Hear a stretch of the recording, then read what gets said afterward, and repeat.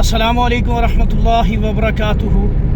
एक सवाल आया कि कारी साहब नज़र बद की कोई अलामत भी बता दें और इसका फ़ौरी इलाज भी बता दें। आप यकीन करें कि सबसे जो ख़तरनाक चीज़ है, जो इंसान के लिए सबसे ज़्यादा नुकसानदेह है, वो नज़र बद है। जादू भी इतना नुकसान नहीं करता, कोई जिन भी इतना नुकसान नहीं करता आपका जितना नज़र बद करती है। तो नज़र बद का इलाज बड़ा आसान है, लेकिन इसका नुकसान बहुत बड़ा होता है। अल्लाह के नबी सल्लल्लाहु अलैहि वसल्लम यहाँ तक इसके बारे में फरमा रहे हैं, अगर कोई तकदीर पे कोई चीज़ भारी होती तो ये नज़र बद होती। फिर एक और मुकाम पे अल्लाह के नबी सल्लल्लाहु अलैहि वसल्लम फरमाते हैं कि ये नज़र बद की वजह से एक ऊँट हंडिया में चला जाता है और एक नौजवान, एक शख्स कब्र के अंदर चला जाता है। तो मेरे भाई नज़र बद बड़ी बुरी चीज़ है।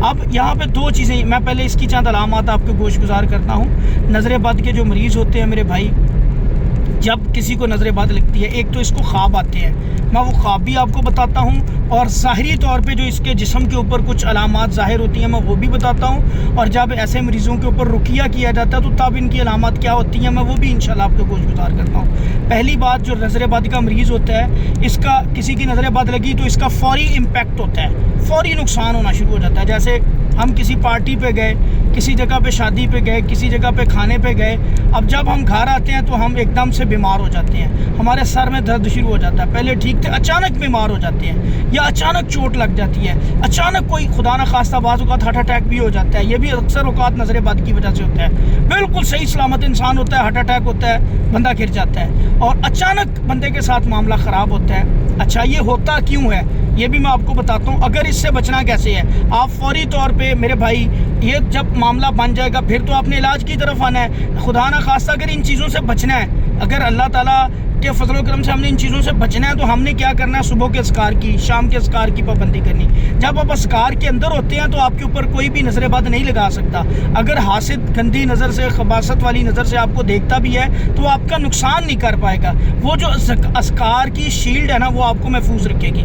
अस्कार की पाबंदी करें, सुबह शाम के, रात के अस्कार की, नमाज़ों के साथ ही लाजमी पढ़ने हैं। अच्छा, अब पहली लामत मैंने बताई। दूसरी लामत, ऐसे मरीज़ को ख्वाब आते हैं और ख्वाबों के अंदर अक्सर वो देखता है ऊंचाई से नीचे गिर रहा है, कोई ऊंची जगह पे है और वो यकदम से नीचे गिर रहा है। ये भी नज़र बद की वजह से इंसान के मामलात ख़राब होते हैं। और दूसरी इलामत इसकी ये होती है, अक्सर बच्चे बिल्कुल ठीक होते हैं, यकदम से रोना शुरू कर देते हैं। बाज़ औक़ात उनको जिन्नात की नज़र बद लग जाती है, इंसानों की नज़र बद भी लग जाती है, वो बहुत ज़्यादा रोते हैं। दूध पी रहा होता है बच्चा, एकदम से दूध पीना छोड़ देता है। इसी तरह पढ़ाई में एक बच्चा बहुत अच्छा होता है, बड़ा काबिल होता है, फ़तीन होता है, अच्छे पोजीशन ले रहा होता है, एकदम से वो पढ़ना छोड़ देता है। ये भी नज़र बद की वजह से होता है। और बाज़ औक़ात एकदम बंदा ठीक हो रहा होता है, ठीक है, एकदम से जिस्म पे दाने निकल आते हैं, बीमार पड़ जाता है। और बाज़ औक़ात नबी सल्लल्लाहु अलैहि वसल्लम एक दफ़ा अपने घर में आए थे, सैयदना उम्मे सलमा रज़ी अल्लाह तआला अन्हा के पास एक लड़की बैठी हुई थी और उसके जिस्म निशान पड़े हुए थे। तो नबी करीम सल्लल्लाहु अलैहि वसल्लम उसको देख के कहते हैं कि इसको किसी की नज़र बद लगी है, इसको दम करो कुरान से। उम्मे सलमा ने उसके ऊपर दम किया तो मेरे भाई जिस्म पे अक्सर चिटाख बन जाते हैं, निशान बन जाते हैं। तो ये भी नज़र बद की वजह से होता है। ये मोटी मोटी अलामत मैंने आपको बताई हैं जो नज़र बद की वजह से होती हैं। तो आपने फ़ौरी तौर पे जिसके साथ ये मामला बनता है, आपने सबसे बेहतरीन इलाज जो है इसका वो ये है कि सूरा फलक नास पढ़नी है। आपने बेरी के पत्तों का पानी ले लें, कम से कम आपने आधा पाव बेरी के पत्ते ले लेने हैं, कूट लेने हैं, कुंडी डंडे में कूट लें, ग्राइंडर में कूट लें, कूट के उसको आप अपना पानी में डाल लें और उसके ऊपर 33 दफ़ा फलक नास पढ़ें और इंशाअल्लाह पढ़ के थुतकारें। साथ एक दुआ है, आपने वो भी पढ़नी है, बिस्मिल्लाहि अर्कीका मिन कुल्ली शैइन उज़ीका व मिन शर्रि कुल्ली नफ्सिन अव ऐनी हासिदिन अल्लाहु यशफीका बिस्मिल्लाहि अर्कीका। ये दुआ आप पढ़ें, उसके ऊपर वो भी 33 दफ़ा ही पढ़ लें और पानी के ऊपर थुतकार लें। इस पानी को आधा पौना घंटा इसी तरह पड़ा रहने दें, बिस्मिल्लाह पढ़ के ढाँप दें। बाद में इस पानी से उस मरीज़ को जिसको नज़र बद लगी है ना, गुस्ल करवा दें।